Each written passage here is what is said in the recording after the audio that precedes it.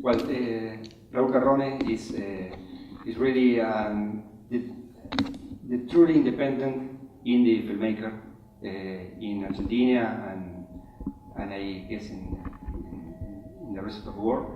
He's a director that done all of his films in a truly independent way, without nobody supports him, unless nobody supports in a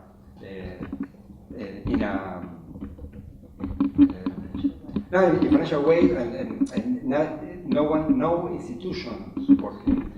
All of his work is doing with the support of the people who loves his work and support him because of this. And he made a very long career and very important career doing films. He made more than 30 films, and all of these films are made in the same way, with a little technical crew, small technical crew, with a few days of shootings, with the minus amount of technical facilities you can have for shooting, with the simplest camera that you have at this moment, and with all of this, he made this kind of for me masterpieces that demonstrate to all the people and all of the people involved in cinema and in cinema industries, especially, that you don't need a lot of things to make a movie. You just need an idea and the necessity of doing something with this idea. Perrone is an artist that doesn't wait for the opportunities to do something. He made the opportunities by himself, no? And it's so current, because I think that you have no possibility of success without coherence. He shot all of his films in around his neighborhood. The place that you see in the film is called Ituzaingó. It's in the west part of Buenos Aires. It's a part of the suburbs. Great of Buenos Aires. Yes. Yeah. And all of his films are shooted, and the story that he showed in his film are in this part. And as you know, this whole idea of painting your small town to paint the world, I think that Raúl Carrone doing it in the best way, in the best possible way, and his coherence and his honesty doing films made possible to have a career that is constantly up to date. Raúl is a guy that is almost 60 years old. He has and he has 60 years, but for me, he's one of the youngest filmmakers in Argentina, almost in the world, because it's not about the age you have. It's about the ideas you have in your mind and in the coherence you have in the way of doing it, and also in the needs to do something new every time you do a film. Imagine that if this is your film number 30, it's hard to make something new in the film number 30. well, Pendejos is not only a new film for the cinema's actual, the situation actual of the cinema, it's also a new film for Raúl Perrone itself. And this is one of the things about him and about his work that really I love and that made me work with Raúl. But you touched on Pendejos being something new for Yes. Raúl, but it's also brought him maybe a slightly different kind of success than perhaps he's had with previous projects. And we were speaking earlier about how Raúl's work is being seen internationally more Yes. and more. So do you think he's actually embracing a more appealing kind of style of filmmaking now? Is he in a different phase of his career in that way to what he was before? Yes, no, maybe, but I think that one situation is that Raúl Perrone was always in adelantado a su tiempo, Ahead of his time. ahead of his time, always.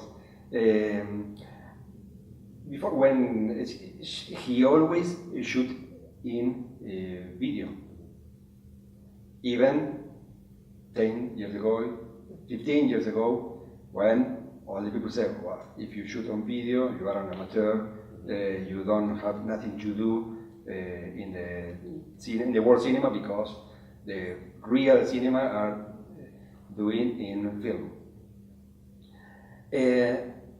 Raúl maintained his coherence and continue working the same way, and the sign of the time do that today the video is the actual state of the cinema because of the digital, but it's video.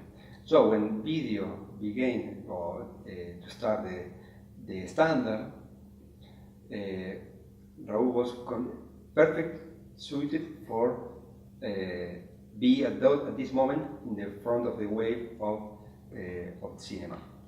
So the coherence of himself doing that made that he reached this part of his career, like Pendejos, not in the way of experimenting with these tools.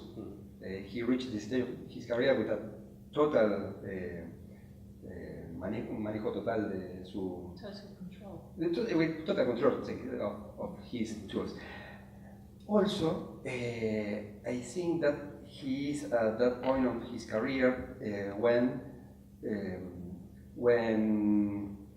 he was always confident about his work, but this is really a fact that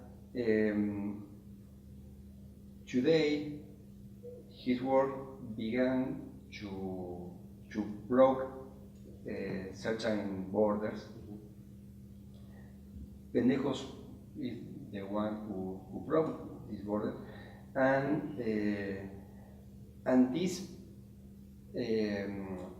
it happened that when you broke that border, you at this moment began to be in many different parts of the world, and for instance, some kind of actual tools like the social networks gave the possibility of some people so far to connect it with these films that in a regular distribution situation it's impossible because they are works so indies and also without the possibility of having a real distribution campaign. So, to the people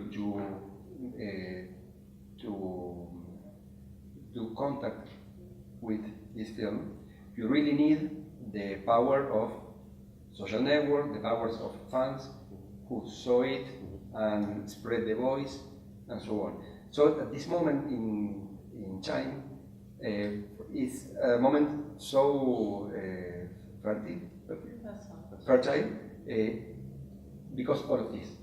And because Raúl Perrone maintained his coherence and reached this moment of time with all of his power very in good shape, he really can support.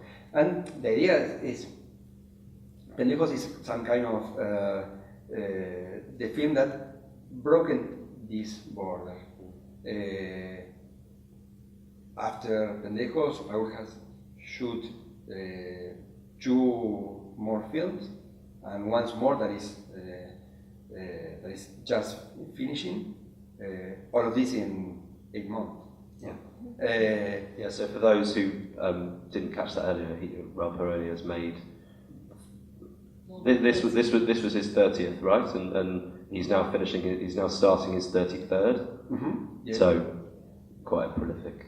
No, yes, and also when if I didn't go for a couple of months to Raúl's house when I visit him again, because I can. For example, Raúl works as a real artisan. He works in his house. He has a mini cinema when he works inside his house. And if you want to see the work he is doing, you have to go to his house. And it's you have to take a train that is not the kind of train you have here. There is more, a little more, 40 minutes to reach the station, and the house of Raúl is 20 minutes by car from the station, but always inside the city. I mean, not in a farm. It's in the city, but we have this kind of transportation. And you, after a peregrination of 2 hours, you reach Raúl's house. And say, Raúl, how do you do? I want to see again the last cut of, for instance, Pendejos. I don't know, but he has a new one. Could you see it? Well, and the new one is better than the one you imagine you will discuss about. And every time you go to his house, he has a new film. So, and really, this is this kind of film.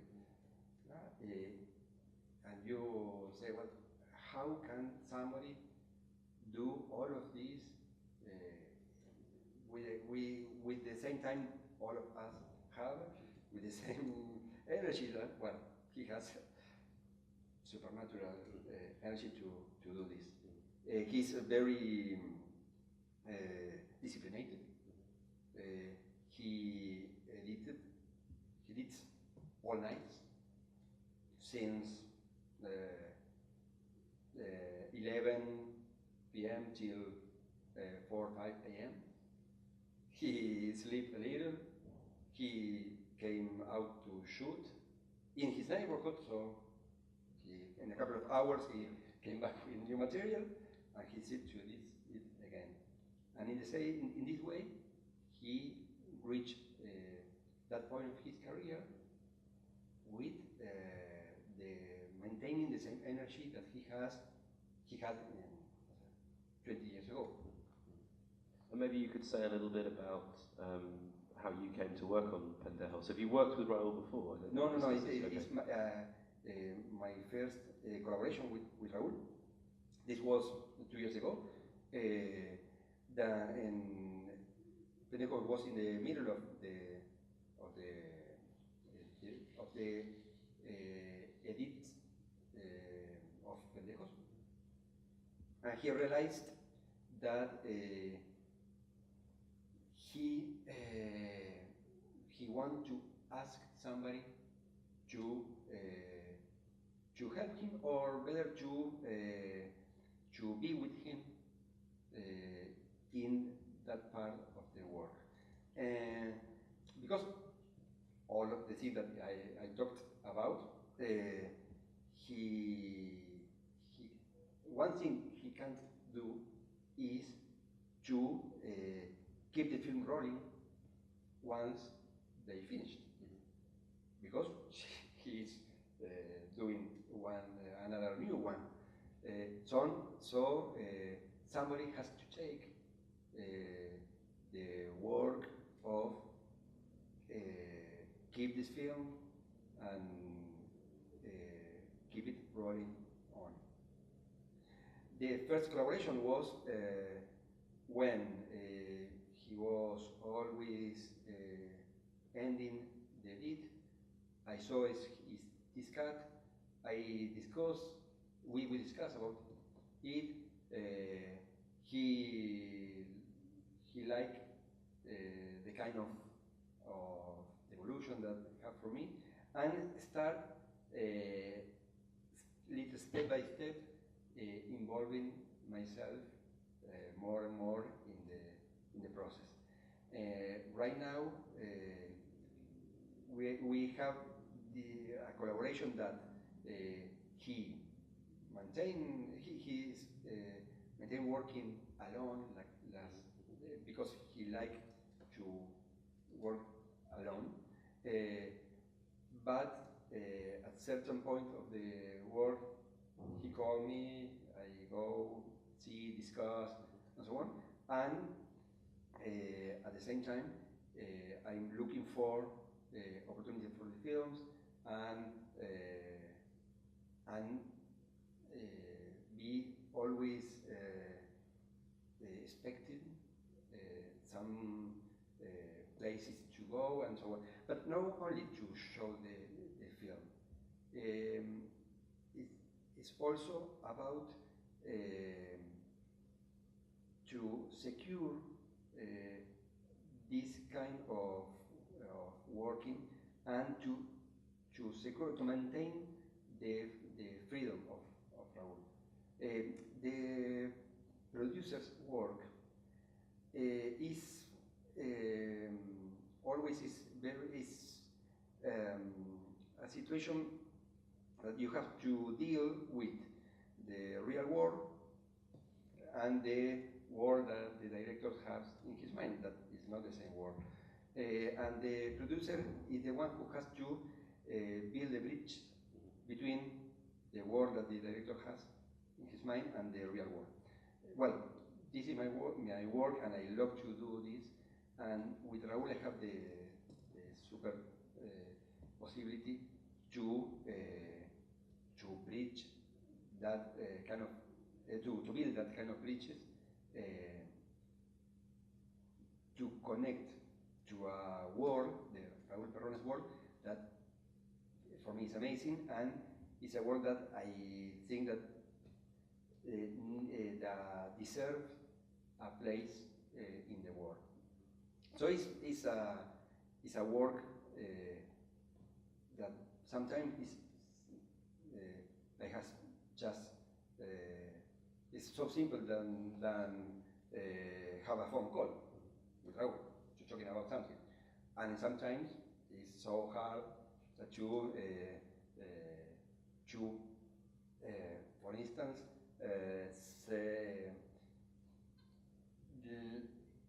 give the films the technical possibilities to being screened at some projection like this, that is so far from technical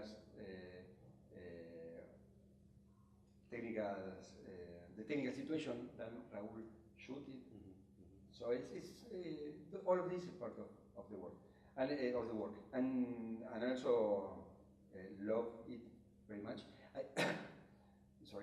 I also produce industry-like features with a lot of people, a budget that is Much larger. 1,000 more bigger than the one of Pendejos, Yeah. and the possibility to work with this kind of work and with Raúl keep me balanced. To know that to do a good film, you it's not the unique way to do a good film, make it bigger. No? You can do a big film with little. No? And this idea made me the possibility of being balanced and to know every day how to deal with the producer's work. And could you talk a little bit about how Raul works with actors or, Yes. or non-actors, Yes. I suppose, more to the point, and specifically how that relates to Pendejos? I mean, how was it for him to be working within the, the skater community of, Yes. of Buenos Aires? Yes. Well, he always worked with non-actors. He's very, very critic about actors' world. He said that he wants something that is that do something in the film, not to pretend to do something in the film. And because of this, he looked for non-actors. And once he, for example, for Pendejos, what he did, he go to a skate park that is near his house, and start to watch the people that are there. He goes one day, another day, another day, and start simple stand by and watch the people. And he see a guy and a girl and say, well, I want to do a film about the skate. Do you want to be part of this? Well, what I must do? Don't worry about it. I just say to you, what do you want to do? And what do you need to do? and he work always with improvisation, but are oriented improvisation. So he choose the people, goes to the place, say, well, okay, imagine that you are somebody who, you're a guy who are in love with that girl, but this girl didn't watching at you. Well, please look at her. And he didn't say to the guy, well, imagine when you are a poor boy, your fathers are committing suicide, and you are so you are alone in the life. And no, just you belong to the girl, just watch. For this one, no? In another situation, another film, he sees something, another kind of situation, and he began to build a story with this. And after that, he continued working on.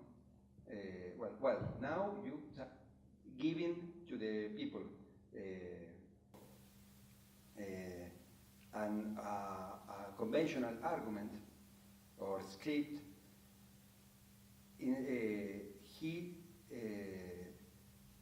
asked people to do something that he knows that in camera will result in something he is looking for, in a very unique and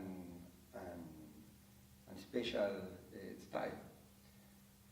So he continued working on it. He came back to his house, go into the edit room, edit it, the day after that, go again, and so on. And it was, they are not long processes. They are, he can film, he can shoot an entire film in 1 week, no? And he has a decalogue with 10 maxims that you have to do a film. Then he said, well, to film you don't need to shoot more than 7 days or something like that. But he's totally focused on the thing that he's doing. So he obtain results so efficiently, because he focused on the thing that the story that he want to tell, and not focus in all the situations that are around shooting. There is the circus that is usual to have around a shooting. So he worked with the people in that way. He directed him with that kind of advices and so on, and he has that, he generate every day new material and editing it. At the next day, he know how to do. And if you, every time in the process, you ask her, well, Raúl, why do you do something, how? He said, well, don't ask me. I know what has to do, but I can't explain to you. No? But if it was the first movie of a director, I said, well, I can support you because I need some securities about it. Well, with Raúl, I really don't need more securities because it's so proof that this style of working works. I don't know if there's anyone here that has a question. I have more, but if anyone wants to ask anything. Okay, I'm going to go with my next one then. The other thing which is extraordinary about the film that we haven't really touched on yet is the music and this amazing kind of clash and mixture of styles of opera, Puccini, of punk, electronic, all this stuff. Can you talk a little bit about how that comes together and how Raúl works with music on pedals? Yes. Well, again, it's work of Raúl.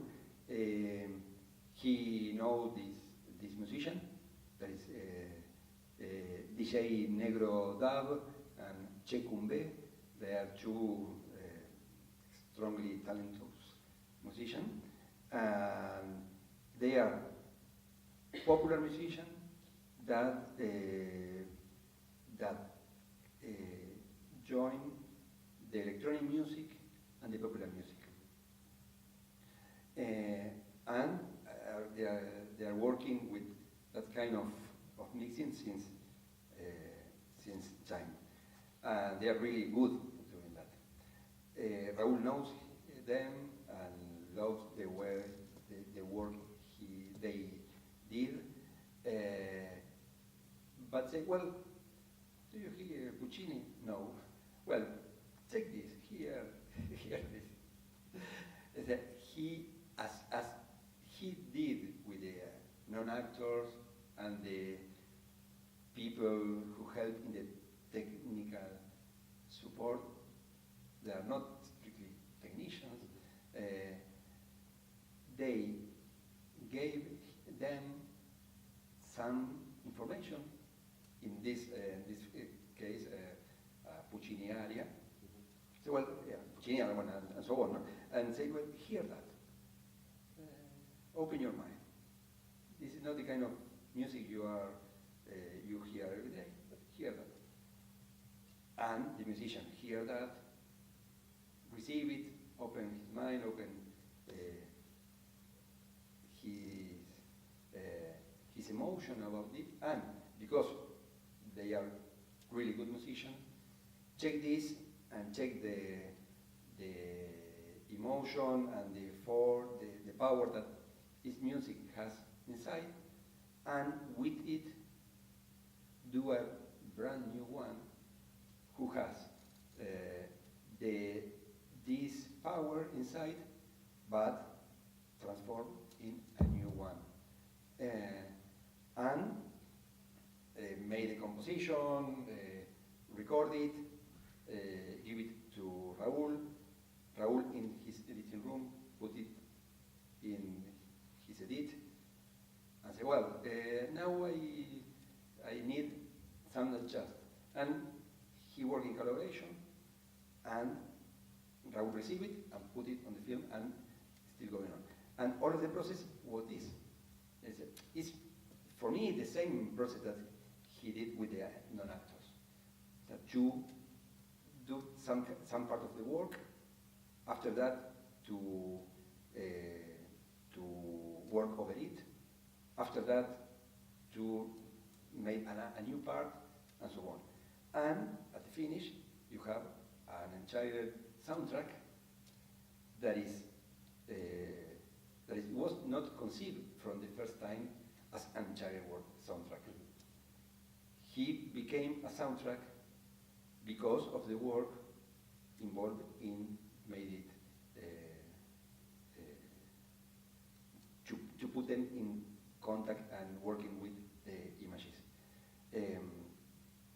And this kind of work is so fresh, like the work with the non-actors. And for me, the more important part of all of this is that all the people involved has no fear about what people would say about the thing they are done. This musician doesn't think, oh, what people must say about if I check this aria of Puccini and I want to do it, I do it. No? And without fear, you have a strong freedom in creation, and if you also have talent for doing it, you realize, and you have this kind of work. So this the musician DJ Negro Dava and Chicumbe are so good musicians with this talent and the generosity of checking something that Raúl gave them. He do a new one, this kind of soundtrack. In the new films of Raúl after Pendejos, they are also doing the soundtrack. They are so good again, but it's all the time they working without thinking that their works is the more important part of the film. So all of the people involved, no one think that, oh, I have the one who have the key for this film to be success. All the people work with a lot of generosity, and because of the coherence and the honesty of Raúl and this generosity of the people who is involved, it's possible to do that kind of work. And we're nearly out of time, so this may be the last thing that we cover, but we were discussing very briefly outside the idea of class and politics and how that relates to pendejos with this particular social strata. Pendejos obviously being a slang term for dumbass or something much worse in English, possibly. So there is that idea of societal outcast and the political dimension of what Raúl was talking about. Could you maybe speak about that a little and kind of what you think the film does in that way? No, it's I think, and I'm sure that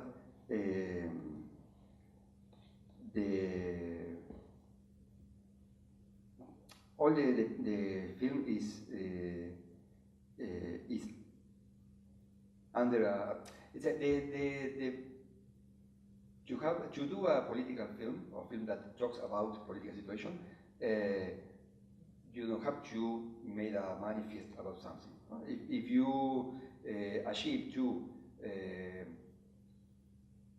show the situation in an aesthetic way, you have more possibilities to reach people, to obtain his attention, and to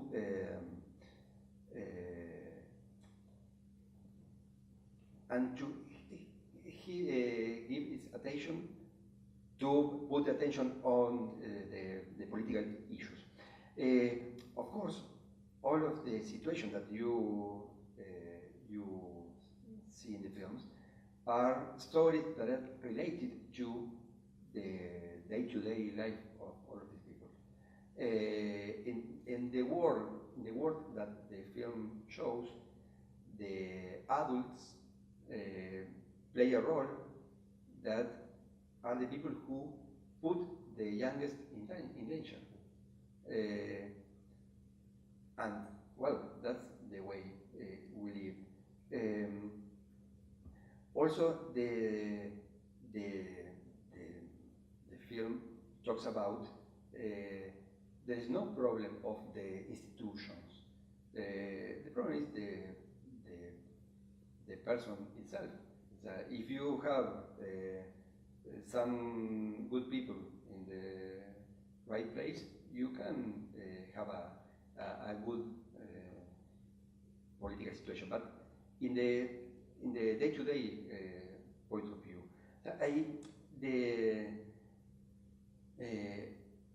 I know that the youth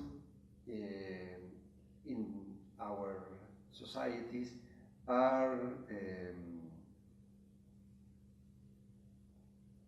the adult people see the young like the people with no future, and what are they doing for their life, and so on. But in the film, they are the people who still have the opportunities to do something new. All of this in that kind of neighborhood is more apparent than in the big city, and because of this is that I think that Raúl focused on it.